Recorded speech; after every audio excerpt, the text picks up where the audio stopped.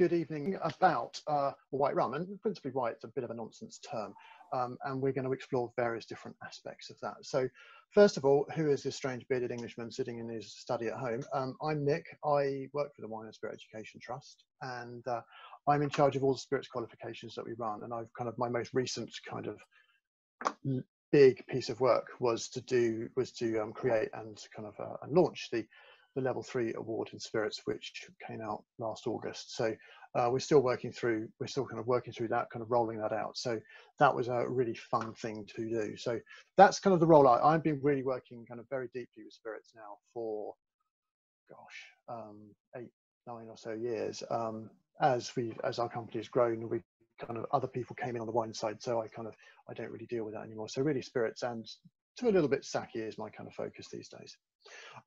So what we're going to do is, this is going to be broken into 5 bits. There's going to be kind of an introductory section, and then we're going to be looking at 4 individual rums, and we're using them as jump off points to kind of explore style and how certain things come about. So at the end of each section, would seem like the sensible place to pause if there are any questions. So what we would ask that you do is that if you do have any questions, if you can put them into the chat, and my colleague Lydia, who will be following along, will be able to kind of siphon them through to me so that I'm kind of focusing on the presentation as we go along. So we've got an introduction, and then we've got, as I say, those 4 rums. So without further ado, let's get going. So what am I trying to do this evening? Well, I'm trying to kind of demonstrate one very important kind of point, and these 2 things are combined, and it's that making an unaged spirit, or something that has only been short aged, whether that's in stainless steel or in an inert vessel or for a short period in wood, is an end point in itself. And I think it can be kind of an impression some people can have, rightly or wrongly. It's a bit of a straw man list, but that the act of aging is the thing that gives quality, gives complexity, and it's the unaged thing is just, you know, something on the margins on the side. Now, I would argue that that is just absolutely fundamentally not true. You have to though make the spirit with the objective of the fact that this isn't going to be unaged. So how you make it will actually vary slightly. It will vary from how you would sort of distill a product which you know you're going to age. But short aged spirits are in and of themselves a very, very valid endpoint. And you can get, as I hopefully will demonstrate, and if some of you have got rums at home, that would be great. But there is an enormous amount of diversity that you can generate within this: quality, complexity, and the lot. So it really is a delightful thing. And I'm a great fan of unwooded spirits. I just find that they are to a degree underrated, which I think is a little bit of a shame. Now, what we are going to explore also is we're going to explore some of the factors that are kind of try that again.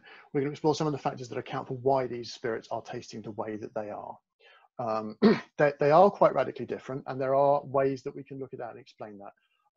I am going to deal with some degree of technicality here.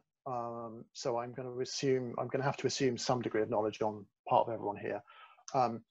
But if you are getting a bit stuck, then we can maybe have sort of deal with that in the Q&A. But we can explain some of it. I'm going to have to also say that I can't go the full kind of like 9 yards into the full depth of it, because we just don't have the time.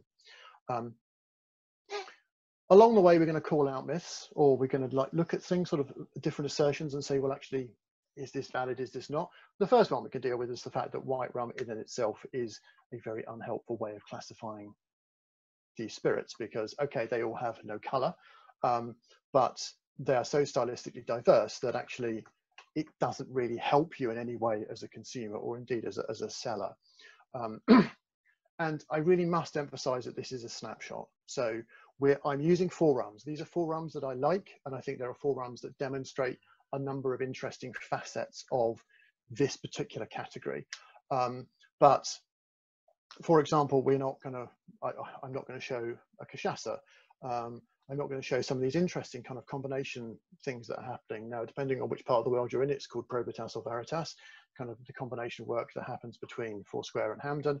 Really, really kind of interesting collaboration there. Or say some of the exciting things coming out of Mexico, like Paranubes, or indeed some of the amazing American rums. So this is just a snapshot. and it's not meant to be encyclopedic. So I just want to put that caveat in before we get cracking. Now, what I want to do is I want to start off by doing a very kind of an overview of certain facets of rum production, and how I'm going to talk about spirit production, just so that we're all on a relatively even playing field. There are different ways in which this can be done. So if you kind of understand where I'm coming from, it's going to make it a lot easier when I kind of go in and talk specifically about each of the individual spirits themselves. So for some of you, this might be a little bit kind of like cat, sat and mat, but I think it's good to make sure that we're all at least kind of have the same set of reference frames. So here we go into part one. So why is it not moving on? Here we go. So I like to think about spirits production that there are 4 stages of spirits production. You're going to start off with a raw material and you're going to end up with a spirit. I mean, so far so obvious. And what we have to consider next is, well, we need to process that raw material to make a sugary liquid. Now, that's normally what we're after. When we're looking at Asian spirits, that can be a little bit more complicated, but typically we're looking for a sugary liquid. Now with sugarcane, that's pretty straightforward, although there are complications along the way. But we need this sugary liquid, because if we don't have that, then we can't get on to stage 2. The other thing to bear in mind about the raw material is that, again, stating the obvious to an extent, raw materials give you a very distinct set of aromas. Rums are very identifiable because of the sugar cane that's used, same way that whiskey is very identifiable by the grains, fruit spirits by the fruits that are used. So the raw material is a very important source of identifying aromas. And actually there is some complexity in that, which is presented by how sugar cane is processed. Next up is alcoholic fermentation. This just has to happen. This is how the alcohol is created. Now, clearly ethanol is being produced in significant quantities, and the bulk of what is in any alcoholic beverage is ethanol and water. That's the bulk of it. Fermentation also can create aroma and flavor. And in certain situations in rum production, it can create bountiful quantities of this stuff. So it is a very important source of flavor in all manner of beverage production. It's certainly the case of spirits production. Now, once we've got an alcoholic liquid, and these are going to be vary in strength between something like 5 up to 10, maybe a little bit higher. Not necessarily that strong, but strengths will vary. We obviously then, unsurprisingly, we need to go through the distillation process. Now, the thing about distillation is that I always like to focus on 2 words with distillation. We can get caught down in the technicalities literally until the cows come home. But the 2 key words are selection and concentration. You take a liquid, and out of that liquid, you want a certain piece of that liquid. That's what you're going to select. And also in selecting it, you're discarding other things and you're kind of magnifying it, you're concentrating it. And that's really the dual purpose of distillation. It's not a I'm going to concentrate everything, which kind of happens if there is a thing called ice distillation, which that happens in ice distillation, but this is hot distillation. So it is a selection and a concentration. And out of this, we're going to get a spirit. Now, some of the ones that we're looking at today, one of them was distilled to 55.9. Others would have been distilled north of 90. So again, a significant range in that, and that will have a very significant impact on style. Last but not least, now we're not really looking at this significantly today, but post-distillation operations. So looking at this in the broadest spectrum of terms, we can adjust the color, we can change the color, we can go to the color shop, we can add oak. I mean, there are various ways of doing that. We can add aroma. I mean, oak is an aroma that could be added post-distillation, gins and all sorts of other things. You can add many different aromas. We can affect the sweetness. Now, any spirit that comes off the still is dry, and all of the spirits I'm tasting today are dry. I don't particularly want to get kind of down the rabbit hole of sweetness and rum. All the spirits I'm trying today are dry. But sweetness is something that would always be added post-distillation. And you can adjust the alcoholic strength. I mean, this would be going down. It would be by a dilution process. Most things are bottled at somewhere in the region of 40% ABV. But a number of the spirits I'm trying to try today aren't, but most are. And that only happens, that's possible because of dilution. You're adding water to bring the alcoholic strength down. So that's my kind of frames of reference. Now, here is a sugarcane field. I'm kind of this is a bit of a cheat. This is in Kagoshima prefecture in Japan. This is in the Amami Islands. But a very good friend of mine went there, and these are actually quite good photographs, so I could use them quite easily.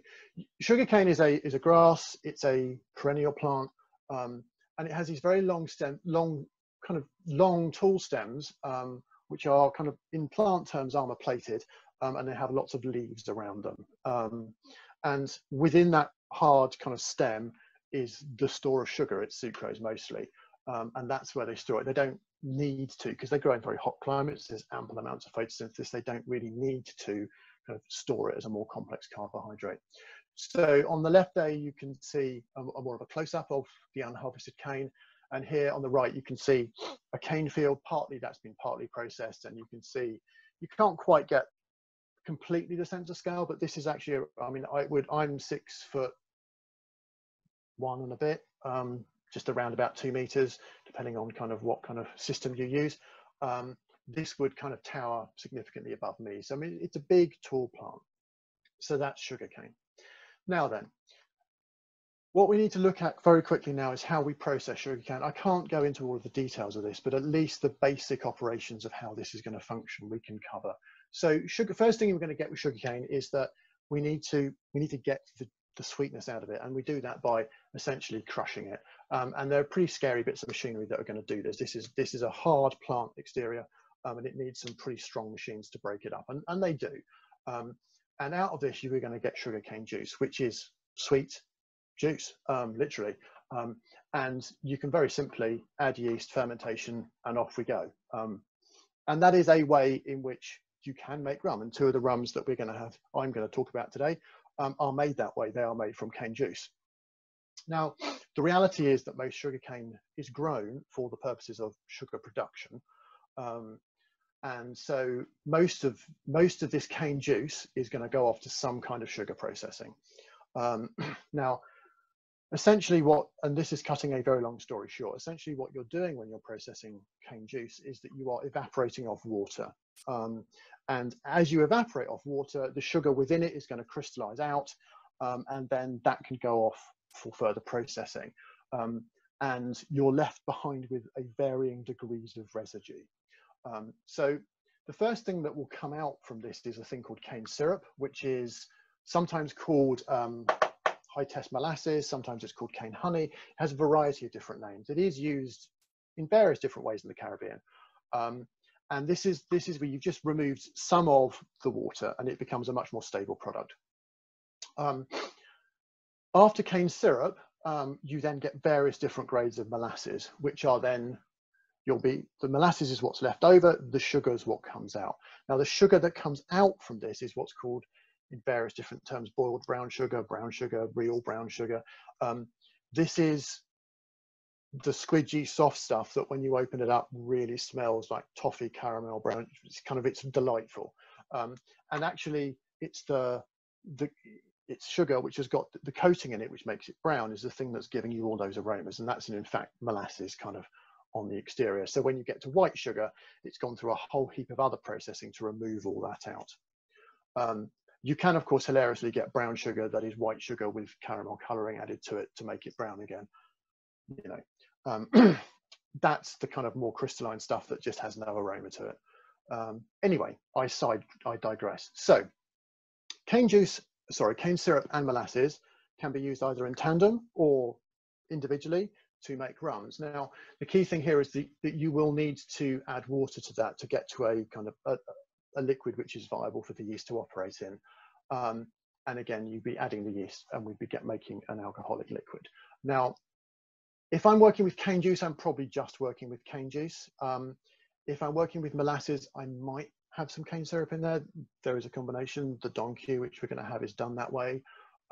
Some people will also put in some cane syrup. So it's not complete cane juice, rather. It's not completely clear cut, but typically if you're majority working with molasses, that's really going to be the driver for you.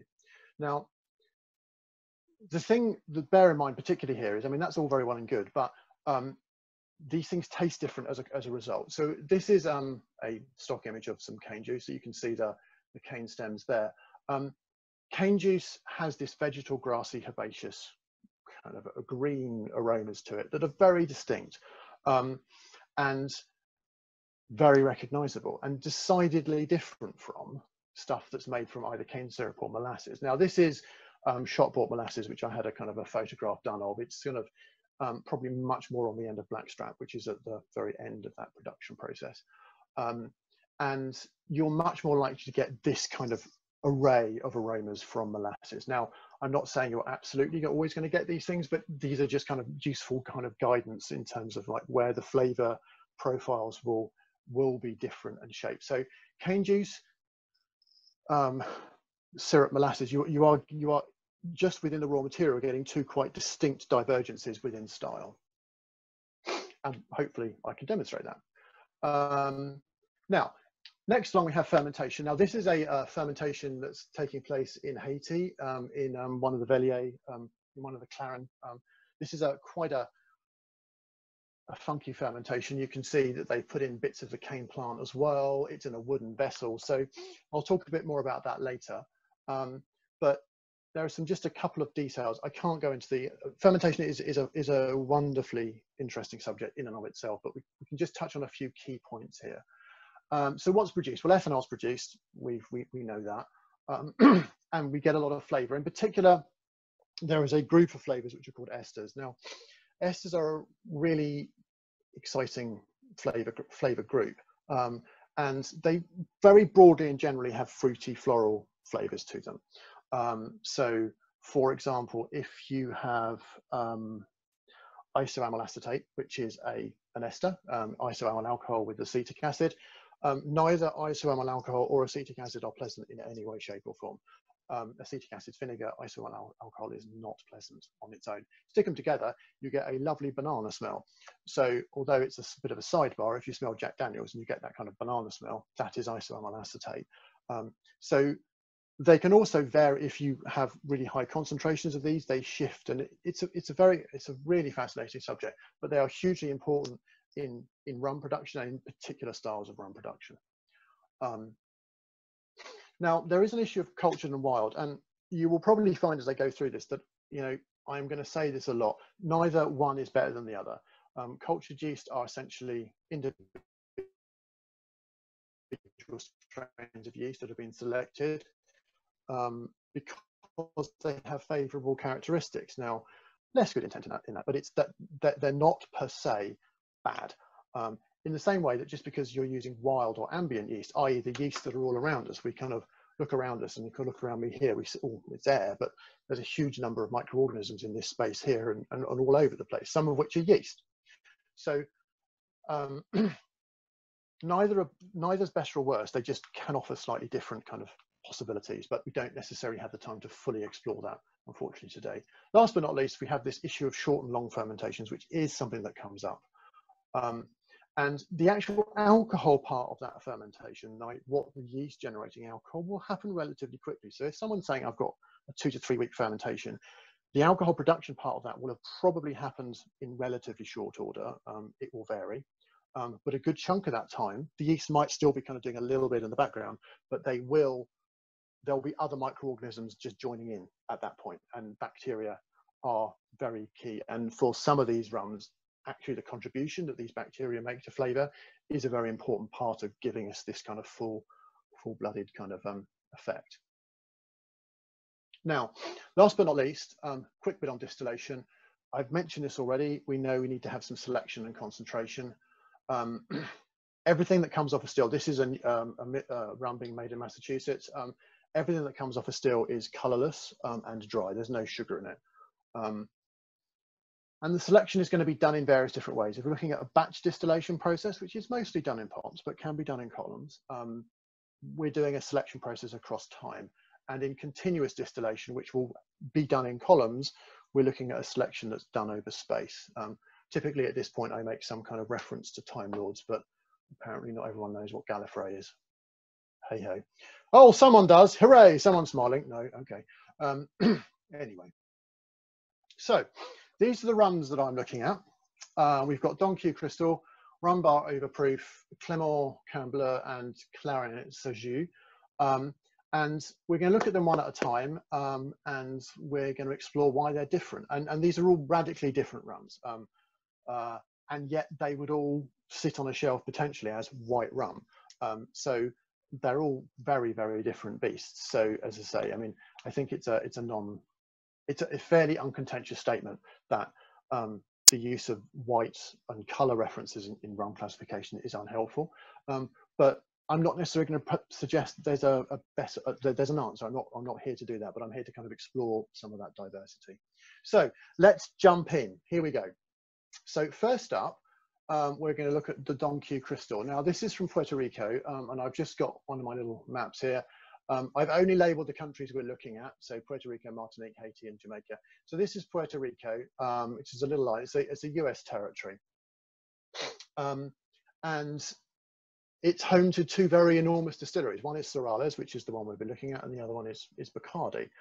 So they do produce significant volumes of rum. Now, what do we have with the Don Q that's of interest? So first up, so what are they making it from? Well, they're making it from a combination. So they're making it from blackstrap, and this is then mixed with cane syrup, which they will typically refer to as high test molasses. That's used to give them more fermentable sugar, and it's going to give you this kind of baseline of these toffee caramel kind of flavors in there. So that's what they're working with. Now, they're going to work with their own proprietary yeast strain. So this is something that would have been selected for them, and it's been selected. So when you're selecting a yeast, you kind of think, well, what's my aim for the selection? Now, what they're looking for here is quite a light style of rum, something quite delicate, something not really kind of assertive or forceful. So they're selecting the yeast, so that's going to support that ambition that they have. So that's their own yeast strain, and they're doing it. It's quite a relatively quick fermentation, and it's happening in stainless steel vessels. Now, stainless steel vessels are very easy to clean, and this means that you're not really getting any kind of interference, hopefully, from any kind of ambient bacterial yeast. You want to get something that's very clean and precise from the yeast that you've selected. That's their intention, and they do that very well. Now then, when it comes to the stills that they have at Sorales, they have two still setups. They have their 5-column multi-still setup, which they use to make light marks, and they have a single column Vendome still. Now, Vendome's a steel manufacturer based in Kentucky that supplies the whiskey industry in Kentucky and Tennessee, but they also supply elsewhere. And they use this to make what they would describe as heavy marks. Now, a light mark will be distilled to a much higher strength, and in this case, it's kind of into the low 90s. And the heavy marks would be distilled at a slightly lower strength. I'm not exactly sure what numbers we're looking at there. And they will produce, and they do produce a number of different distillates that would sort of sit in the light side of things and in the heavy side of things. So they're making a lot of different spirits. Now, the other thing that's illegal is a legal requirement in Puerto Rico that oak has to be aged for a minimum of 1 year rum has to be aged for a minimum of 1 year in oak barrels. And the Cristal's made from stuff that a blend of marks that's been aged for 1.5 to 5 years. And then there's the blending together, and then there's charcoal filtration that will remove any residual color. Now, I don't particularly want to get into the whys and wherefores of why people do that. It's a choice that people make. It's quite common. But what I will talk about is that there are multiple reasons for using oak. There are some very obvious reasons. It will give you color. It will give you flavor. There are other reasons for using it, which concerns kind of oxidation and textural change. And within this broader tradition that you're looking at here, which is, say, examples you'd find in Puerto Rico, examples you might find in Cuba as well, the use of wood is in many ways focused around textural aspects rather than significant aromatic impact. Now, I thought what I would talk about just quickly is about column stills, because people can be very rude about column stills. And I think that's just unfortunate. So this is the 5-column setup at Sorales. Now, they have been quite tight-lipped about exactly how this is set up, and that's absolutely fine. These are very expensive bits of equipment which they will have ordered specifically for their own needs. So I absolutely respect the fact that there's a lot of confidentiality in certain aspects. But what I want to be quite clear about is even with something that looks like this, and it go, oh, it looks a bit like an oil refinery. Well, yes, it does. You know, it's exactly the same basic process that's going on in this as it would in an oil refinery. It's distillation. But you can still make an astonishing variety of high quality spirits using this kind of equipment. And it's entirely wrong to blame the tool when you're going, oh, it's in a column still, it's in a multi-column still, it's distilled to a high strength, therefore nothing. It all very much depends on how good you are at running those stills. And just because something is lighter in style and has a slightly purer, cleaner kind of feel to it, doesn't necessarily mean it's worse or less good than something that's much more robust and powerfully flavored. So I don't know what Céralis has in these stills. They haven't shared, and that's fine. But what I do know is this is a kind of a common arrangement that you would have in a 5-column setup. So I would like to reiterate that I don't know what Céralis has. But this is a fairly common arrangement of 5 stills. They may have some of this stuff, they may not. But the chances are, if you've got 5-column stills looking like that, you're not just looking at rectification in a very simple sense. Now, here we have 2 columns, the stripping column and the rectifying column. Now, the alcohol is going to come into the column number 1.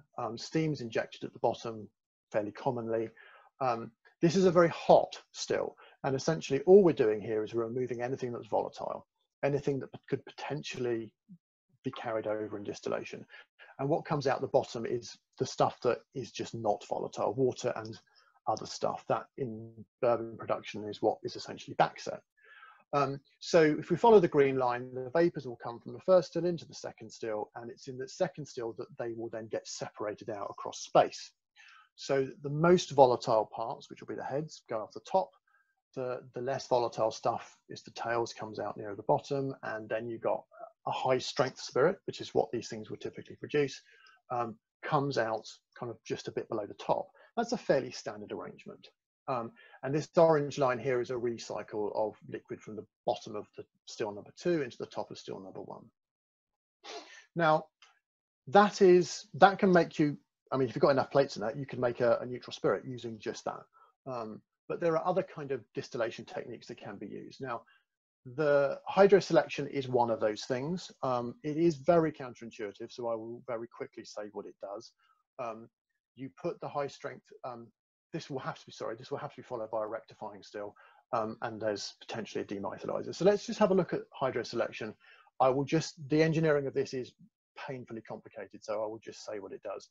You put the high strength spirit in, you put hot water in at the top, steam in at the bottom, and for reasons of the joys of chemistry, the very sort of the very unvolatile, the tailsy stuff comes out the top. I'm not going to explain why, it's just I'd be here for a very long time, but trust me, this is what happens. And you get a very dilute spirit that comes out the bottom of this. Now, this is sometimes used in vodka production. It's also used, you will find one of these stills in Middleton, which is where Jameson is made, all of those whiskies. So this is a technique that is kind of used to kind of make something that's very kind of clean and pure, because you're just removing all of the heavier stuff. Because it's low strength, it needs to be re-rectified. It needs to be taken up to a high strength. So that number 4 is very much exactly the same as number 2. And number 5 is a demethylizer column, which is a way of removing methanol out of a spirit.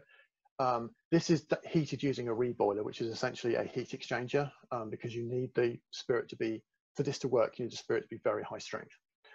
So the methanol will come out the top, and you get your very final spirit coming out here at high strength. Now, okay, so that looks like they're going from 1 to 5, but the reality is that they could just use the first 2 columns. They could take the spirit off various different plates in column number 2. So you could have stuff that's more rectified or stuff that's less rectified. You could take it off after 4 rather than going through 5. You could completely skip 3 and 4 and go to 5. So these are incredibly sophisticated pieces of machinery which allow you to produce a lot of different things very precisely. And yes, you can make some god-awful spirit in these, but you can make some god-awful spirit in anything. So, you know, don't blame the tool, blame the person that's using it if you think it's bad. So what do we have with Don Crystal? Now, here's my, here we go, lovely.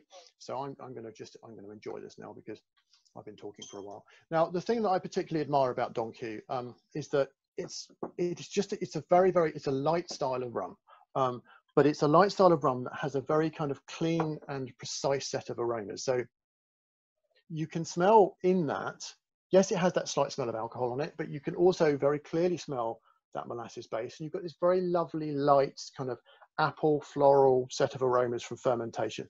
Nothing big, nothing punchy, and I don't pick up anything discernibly on oak aromatics in this, but when you try it, and I'm going to take the liberty now,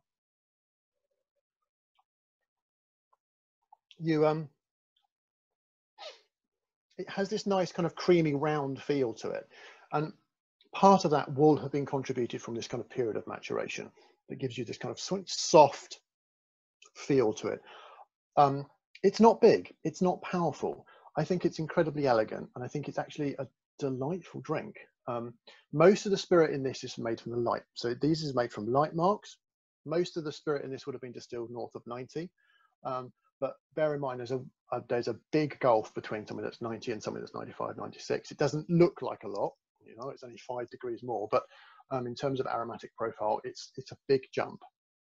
And so you end up with I think a very delightful, elegant, clean character. It's got that little bit of character. I think it's a great rum. And is it the best rum I've ever had? Probably not. But this happens quite often in beverage consumption, where there's something big and powerful and it always kind of grabs the headlines and grabs the attention. There's a lot to be said about things that are quite subtle and quiet, and actually there's great quality that can be achieved within that frame of reference. So big can be great, but big can also be awful. And let's be honest, there's a very fine line between being kind of subtle and precise and being bland. And I think this rum, I personally think, is on very much the right side of that line, not bland at all. Now then, Lydia, are there any kind of questions floating around? Yes, just one, yes. Which I think was answered in the chat, but for the benefit of the recording, just while you're on the Don Q, is the use of cane syrup a stylistic choice or a requirement because of less fermentable sugar in modern molasses? Oh, that's a very good question. I don't know exactly. They certainly, my understanding is that they certainly are using it in order to boost the fermentable sugar levels in there. So it could be a combination of a practical choice on their part, or a stylistic choice as well, because you will get slightly different flavors from high test cane syrup than you would from blackstrap. I suspect it's a bit of both, but I don't know for absolute certain sure. There is absolutely, I mean, this is a true point, which I think is worth just flagging, that the sugar industry is getting very, very, very good at extracting sugar from molasses. So or from cane juice, which therefore means that you are getting less and less and less and less sugar in the molasses that you're buying. Now, that is potentially going to cause some issues down the track, but we shall see. But yeah, there is a kind of a falling sugar level in bulk molasses, and most distillers in the Caribbean are buying from the international market. Then some are using local product, but not huge numbers. And the way the sugar industry has shaken down, there isn't anything like the production in the Caribbean that there once was. Right. Hopefully that's answered that. Hopefully, Lydia, would you say there was another one, or was that? No, that's everything for now. That's everything. Okay. Right. Now then, what am I going to talk about next? I can remember. Yes, I can. We're going to Jamaica next. So, and we are going to talk about, so here it is. It's this island here. So we're going to talk about Rum Bar, white overproof. Now, I don't want to get dragged into the whole what is overproof debate, but suffice to say that this is referring to a proof system that is entirely different from the American proof system. So the American proof system, for those of you who don't know, is 2 times ABV. So if something is 40% ABV, it's 80 degrees proof in the US system. So this is referring to a proof system that was set up and used by the British for some considerable period of time, which is called the Syke system, and the Syke system set proof at 57.14% ABV. So essentially, it was used in the UK until 1980, believe it or not, when we moved over to ABV. So, you know, something to look forward to in post-Brexit world. We might go back to it. But the overproof is a reference to the fact that it's over that number, and underproof would be under that number, because proof was 57.14.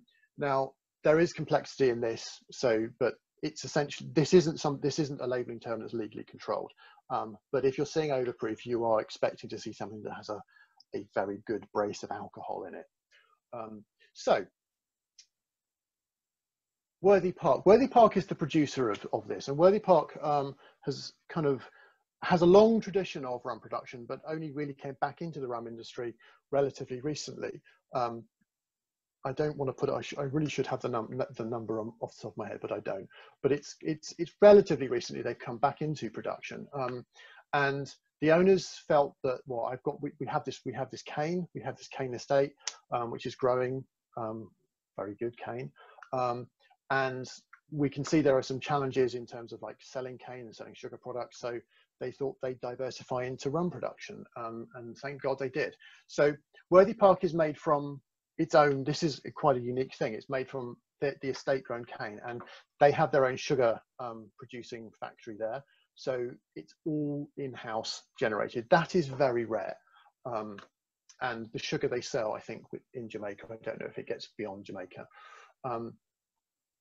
Now, what's going in here are three, I was talking to Zan, who's the export director for this last night. There are three marks that go into this. Now, Worthy Park only has one still, they have, which I'll talk about in a second, but they have two light marks in this, again, to a slightly higher strength, less aromatic profile, which are made with cultured yeast, and are actually very delightful. I've had the opportunity to try these individual marks, and they are all very delightful.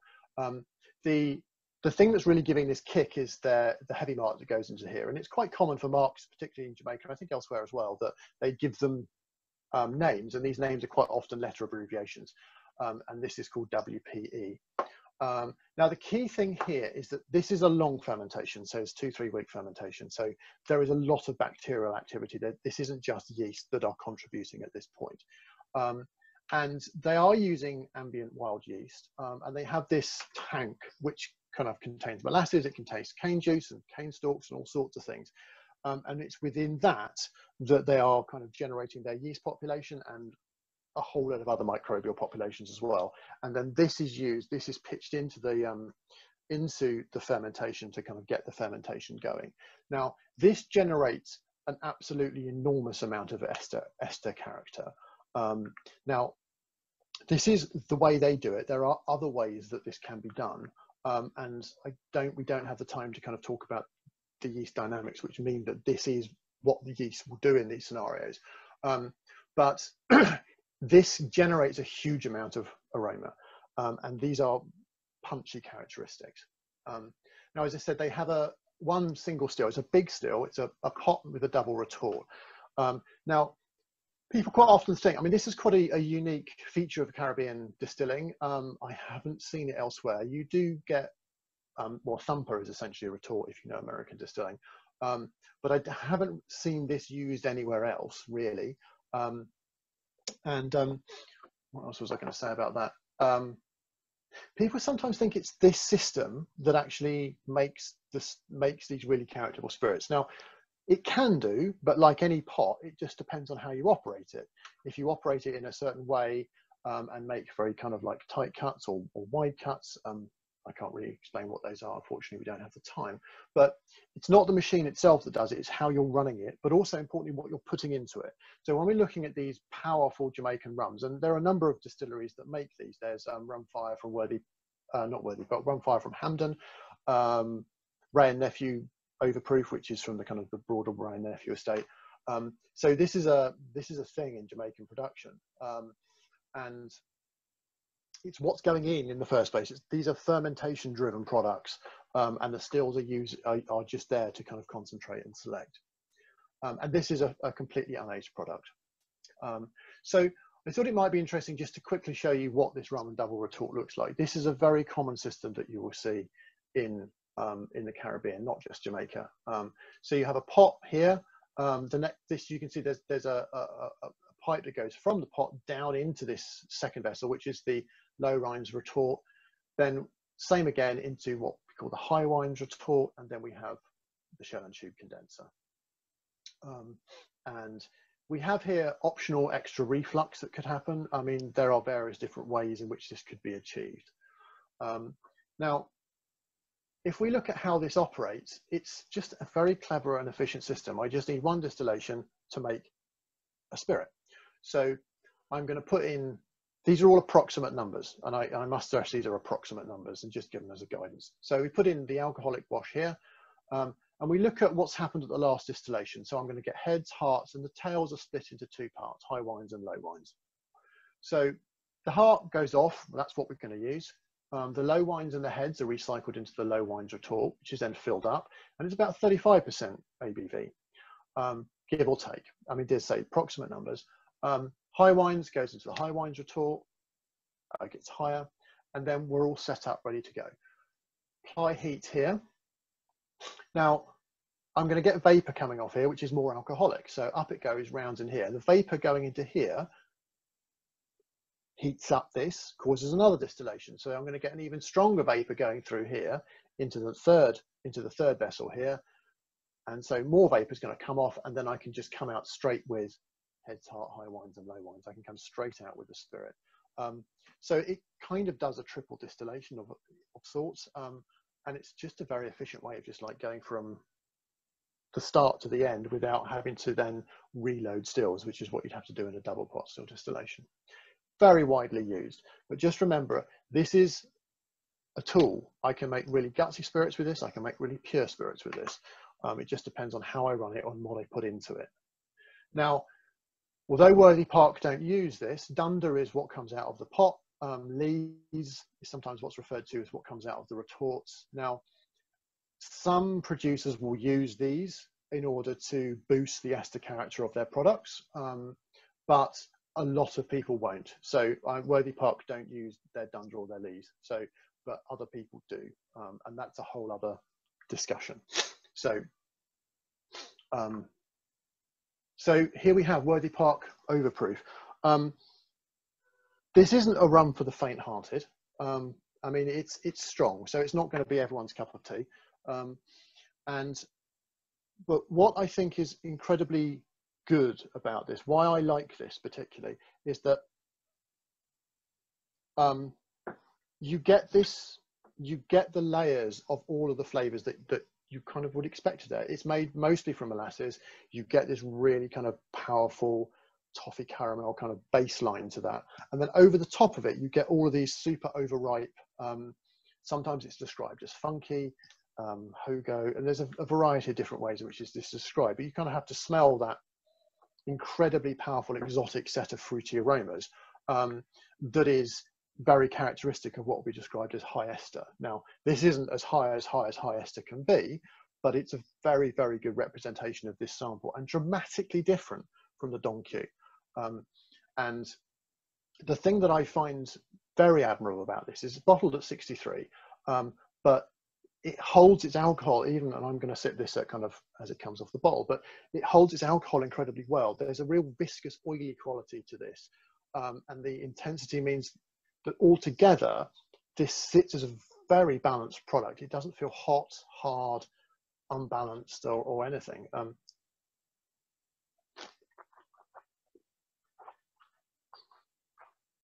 Now, if you try that without dilution, clearly it's warm, without doubt, but it is incredibly well integrated. And if you're having it undiluted, once you kind of ride over that initial hit of the warmth, you have this kind of layer of complexity that kind of carries and runs. And it can be a mistake when making these, that you end up with something that's just hot, hard, and just like grrr, and doesn't have the layers of complexity that this offers. This isn't the only one that does this, but I think have a soft spot for this one. I've always enjoyed it, and I think it's a terrifically good rum. I really do. Now then, Lydia, any questions before we go on to agricole? No, none at the moment. None. Wow. Yep. Wow. Okay. Right. So let's crack on then. So now we're going to Martinique. Now Martinique's there it is on the map. It's an interesting. It's France. We're actually looking at something that is bona fide part of France, and it's subject to French law. It's subject to European law. The same is true for, so 2 islands up, you have here Guadeloupe, and that's also France as well. So there are some important things we need to consider about rum, the thing which is they're most known for, which is rum agricole, and the Martinique laws. Now, having put the sword to column stills are all rubbish, I'm now going to put the sword to there are no rules in rum, which in itself is an utter nonsense. We've looked at Puerto Rico. There are laws, local laws specifically saying what you can and can't do. You look at Jamaica, there's a GI in Jamaica. Martinique is subject to some quite particular laws, EU and French. So the first one is the more generic one, which is rum agricole. So under European law, rum agricole has to be made from cane juice, sugar cane juice, and it has to be made in one of the French overseas départements or the island of Madeira, which is obviously Portuguese. There are some great rums from Madeira if you come across them. But these are the 5 French overseas departments. So in the Caribbean, you've got Martinique and Guadeloupe. French Guiana, which is in South America, it's the north coast of South America.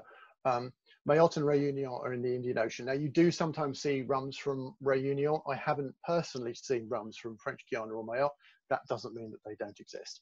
But what we're particularly interested in here is Martinique. Now, this is something, it's not a controversial statement, it's like, what is an agricole rum? Now, in terms of the European definition, I've just laid out very, very broad terms what an agricole rum is, but the European legislation only goes as far as Europe goes and as far as any kind of reciprocal legal arrangements that it has with other jurisdictions. So where those don't exist, agricole is not a protected term. So you will find a number of rums that are made in North America, which label themselves as agricole, which don't make themselves from cane juice, or don't really have what would be the characteristics that people would associate with agricole. That's as much on that as I really want to say. I have fairly kind of firm opinions on that, but I think it's just to be kind of aware that any legal protection is only good as far as it goes. Now, that's true for anything and everything. But that's again, I don't want to get dragged down that particular rabbit hole, but just beware of that. Now then, so that's rum agricole, Martinique AOC. Now, this is an AOC that stands for Appellation d'Origine Contrôlée, which is exactly the same as what these French wines are made of, French cheeses, French chickens, all the rest of it. Also, cognac and Armagnac are made that way too. So very, very strict and very comprehensive regulations. So we have, it has to be made from Martinique cane. Now, these are abbreviated, so this really, trust me, is not all of it. They have to be distilled in column stills. These are single continuous column stills. And the parameters of the spirit, these are legally defined. It has to be, the spirit has to come off between either 65 or 75% ABV. So this is going to be quite a characterful spirit as it comes off. Now, in very broad terms, you have what's called rhum blanc, which is rested for at least 6 weeks. Now, this will typically be done in inert vessel, stainless steel, or the like. And these are dry, these are essentially unaged. And then you have rum vieux, which has been aged in oak barrels for a minimum of 3 years. Now, there are a whole load of other, so those of you may be familiar with cognac and Armagnac, you know, you have VS, VSOP, XO.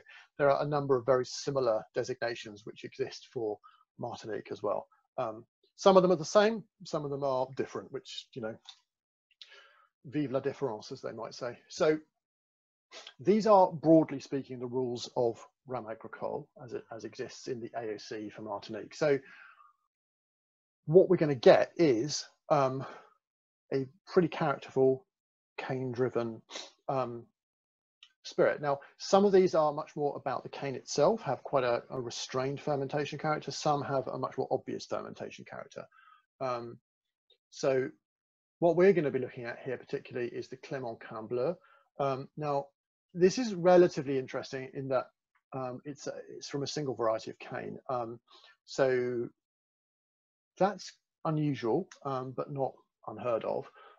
Mostly these things are blends of various different varieties of cane. It was chosen specifically by them because they liked the aroma. They felt it had a distinct kind of aromatic lift to it. It grows near the distillery, which and well near the grows kind of produces good cane near the distillery, which when you're dealing with cane juice is important because you need to get the cut cane to the press kind of as quickly as possible so it doesn't kind of go off. And they harvest it. This is an important point in terms of what they do after distillation. They are harvesting early in the season. Now, this is where they distill to, so it's within that range, but it's kind of into the low 70s.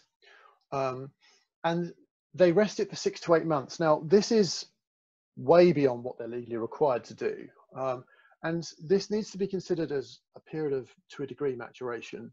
This is actively being done so that you're going to change some of the aromatic and textural elements. So we don't commonly think of maturation as something that can happen in, maybe we do, I don't know, I made an assumption there, but maturation can happen in inert vessels. It's just different from what happens within a wooden vessel. So you're not getting anything directly from the vessel itself. You're not getting, you don't kind of like drink a can of Coke and go, oh, that was a particularly lovely taste of aluminium. You don't get flavor from the vessel itself. You don't get color, but things can change in that. The chemistry doesn't just stop. So you can get an evolution of the aromatics and you can get a softening of flavor. So that is kind of part of what they did. That's much longer than what you would normally get for most Rhum Blanc. Now, where am I? Number 3. So this is, as I say, it's cane juice. And what I quite like about Clément is that you get a very, very recognizably kind of characteristic and very pure cane juice character that kind of runs very kind of directly through it. So, which is kind of unmistakably cane juice. Now, as I said, you will get others that have much more fermentation character. That's kind of like the stuff that we smell on those overproof rums, where the Worthy Park, where you get a lot more of that fermentation aroma sitting in there. But this doesn't really show that. It just has this kind of very clean and pure kind of cane character, which I quite like. And texturally, it's quite different from the first 2 rums that I was talking about today. There's a softness to the Don Q. There's a big kind of richness to the Rum Bar. This is much more kind of linear and focused and kind of tight, which might sound a little odd, but if you can have them side by side, hopefully that can sort of make some degree of sense.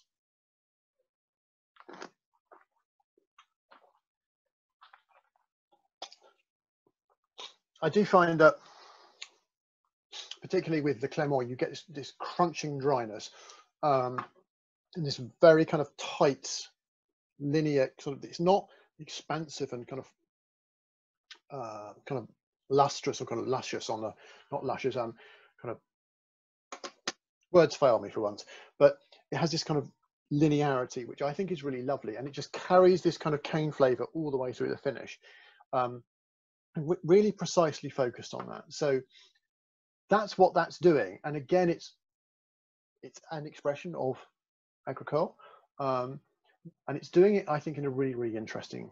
I think it's really interesting. I do like it a lot, but again, massively different from the ones we've had before. What's driving that? A restrained fermentation, this cane juice character, and quite a low distillation strength, which is giving us a heap of character. So that's the Canne Bleue. Now, we've got one more to do, so we're probably going to run over a bit, but hey, it's rum and it's tasty. So any questions quickly, Leah, before I... Just a bit of a more statement. Someone saying they heard about Belize agricole in inverted commas rum, would they not be able to sell that into the EU? If they sold, so if you sold that into the EU and had agricole on the label, it would be, depending on how kind of urgently the authorities pursued it, that would be an illegal label in the EU. Great. Yes. And another quick one. It said, how would you describe the meaning of a spirit being linear? It's a tricky one. When I'm teaching this, I'm normally kind of like staring someone in the eyes and kind of going, this is what I'm. So if you had the rum bar, it has this kind of real fat richness on the sort of feel, and it's called mouth filling. And although it's dry, it has no added sugar. It has this kind of big, rich feel in the mouth. Whereas the agricole, it feels really dry, and it doesn't quite have this same kind of mouth coating feel. That's kind of what I'm kind of driving at. It's very, very difficult unless we kind of like, look, we're kind of with each other, and I know that we're tasting exactly the same thing, so I can kind of point you to exactly what I mean, but it doesn't quite have this kind of like coating feeling in the mouth that would be something that I would see as more linear.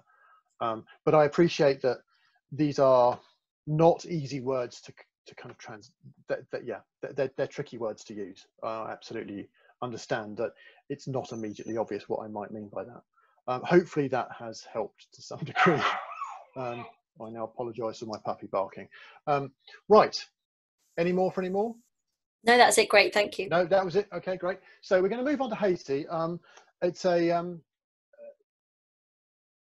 got its independence from France actually very, very early on. It was in the early 19th century it became an independent country, and Haiti has many, many, many unusual things about it, and not least that there are still hundreds of distilleries there, and that is in itself very, very rare. Most Caribbean islands and Caribbean countries, the industries have become very consolidated, so they will have, even Martinique, which has more than most, kind of barely gets to double figures. So but Haiti is very different, and these are very small distilleries which are operating and serving really a local market.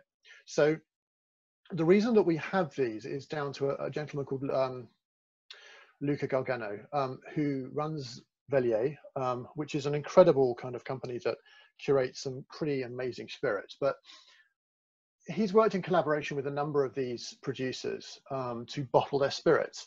So they get full credit, they get kind of full kind of recognition, but it's kind of, he's taking responsibility for the bottling and the distribution. But these are spirits that just aren't, that are just there for the local market, and they're just, frankly, if this is what you can get at your local rum distillery, then happy days, frankly. So these are made from sugarcane juice. The variety for the one we're going to try, which is Clairin Sajous, is crystalline. It's not a hugely long fermentation, 5 to 7 days, but they are, again, using wild yeast, and there will be a lot of ambient microflora kind of playing in that space. Now, it is batch distilled, but it's batch distilled kind of using a column in combination with a pot, which I'll talk about very briefly. And this is coming off at 55.9% because they don't do anything to proof it down. This has got no added water. This is bottled at still strength, and it's completely unaged. So this is the still. So thanks to Kate Perry and Bleue for sharing these photographs. This is the sort of still arrangement that they have. These are pretty rustic affairs, but very, very effective. Interestingly, this is directly heated, which in itself is not that common now, although obviously cognac is. This is the pot here, so I'll just bring that up. This is obviously the same part here. This is, I'm reliably informed by my dear friend Maggie Campbell, this is called a puker. I shall explain its function in a second. And this is the column up here. So that's the column that goes up there. And this wooden contraption over here is what would be called a chauffeur, which is a kind of a preheating device. Now, here's a diagram I did earlier. So in very, very simple terms, what will happen in this arrangement is as follows. That's the pot, which was kind of encased in concrete, as you saw. A vapor will come out, whoops-a-daisy, vapor will come out of that into the puker, and then ideally it then goes into the column. Now, if there's any overflow or what sometimes some people might call entrainment that comes over from the pot over into here, then it kind of gets collected in here and recycled back into the pot. That's the function really of this as an item. It then goes through the column, vapors rise, liquid falls, just from how columns work. And because this is being run as a batch system, they will collect their new spirit and they will make heads and tails cuts. So this is a column that's being run as a batch. It's not being run continuously. And then any kind of liquid that gathers at the base of this column then gets recycled back into the pot. It's a remarkably common setup in a lot of very fancy modern new stills. If you look at the kind of going to those distillery that has a very expensive German still from either Carl or Holstein or some of the Coyote or some of the other producers, a lot of them are, they may not have this puker thing in the middle, but pot with a column attached and just to one side is actually quite a modern setup in what would be called a hybrid still. So I haven't included how the chauffin works. Now, typically chauffin, which literally means chauffe is heat, so vin, wine, this kind of comes from a cognac terminology. You'd be using it as part of the next batch of fermented liquid. You'd be using partly as a condensing medium. So it, as the vapor is condensing, it's then heating up the liquid that goes into the pot the next time. I haven't included that on here just for kind of sake of trying to clarity at least. So what we have with the Clairin is, and this is the only one that I actually have as a bottle. So they have a lot of information on the front. So this is the village, but it also gives you the name of the distillery, that Cello, and it's, what else do we say? So it also tells you who's made it, which is Michael Sajous. So or Michel rather, and then that's obviously the name up here as well. And this is from Wild Yeast, and it gives you kind of all, it gives you that information. This is a wonderful example of a bottling company, a kind of a non-producing company, being fully and completely and brilliantly transparent about what it is that they're doing. So now this is recognizably cane juice. It has this kind of herbaceous vegetal character, but it just has this explosion of fermentation kind of stuff going on. And as I was preparing my kind of presentation earlier on today, I was just kind of running out of words. So I just kind of said, it's just a stunning spirit. It's quite challenging in some of its aromas, but no more or less than many other things that people admire. So it just has such a depth of complexity and such a kind of a length on it. It just really is.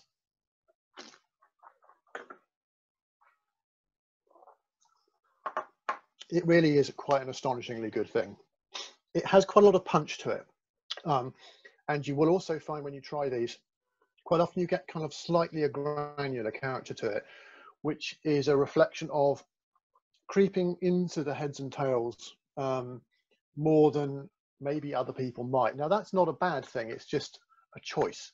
There's no absolute definition to what is and isn't a head or a tail. But it gives this kind of other textural element to this. This has this kind of lovely, oily kind of fat richness, an incredibly well integrated heat and warmth, and just a finish that just travels and travels and travels. It's big. It's big, kind of like the Rum Bar is big, but it has some recognizable characteristics from these kind of powerful fermentations, but it's very different as well. So I just love these things. The general category this falls under is Clairin, which is these unaged, locally sourced rums. Now, Bellier bottles these and distributes them, but mostly these are just kind of bought from sort of plastic totes in the local villages. So these are very much kind of for the community spirits, and I think that's a great thing. And I think they've been very lucky to partner with someone who can really respect that integrity of what it is that they're about. So I appreciate I've run over a fraction, but there is the end of me. So that's the end of what I've got to say to a degree. Oh, thank you very much, Connors. Does anyone have any questions about the Clairin or kind of more generally? I am very happy to answer those questions. Young Lydia. I haven't received any other questions, so haven't received any other questions. Wow, I've stunned everyone, or I've either stunned or bored everyone into silence. So But yes, just to say thank you very much for your time, Nick, and thank you to everyone for coming. And yes, enjoy your well-earned rums. Thank you very much indeed, and thank you all for coming. I hope it has at least kind of shown some of the multiplicity of facets that is uncoloured rum, or uncoloured cane spirit, and yeah, absolute delight, and I hope you can enjoy some good rums this evening. So thank you all very much indeed.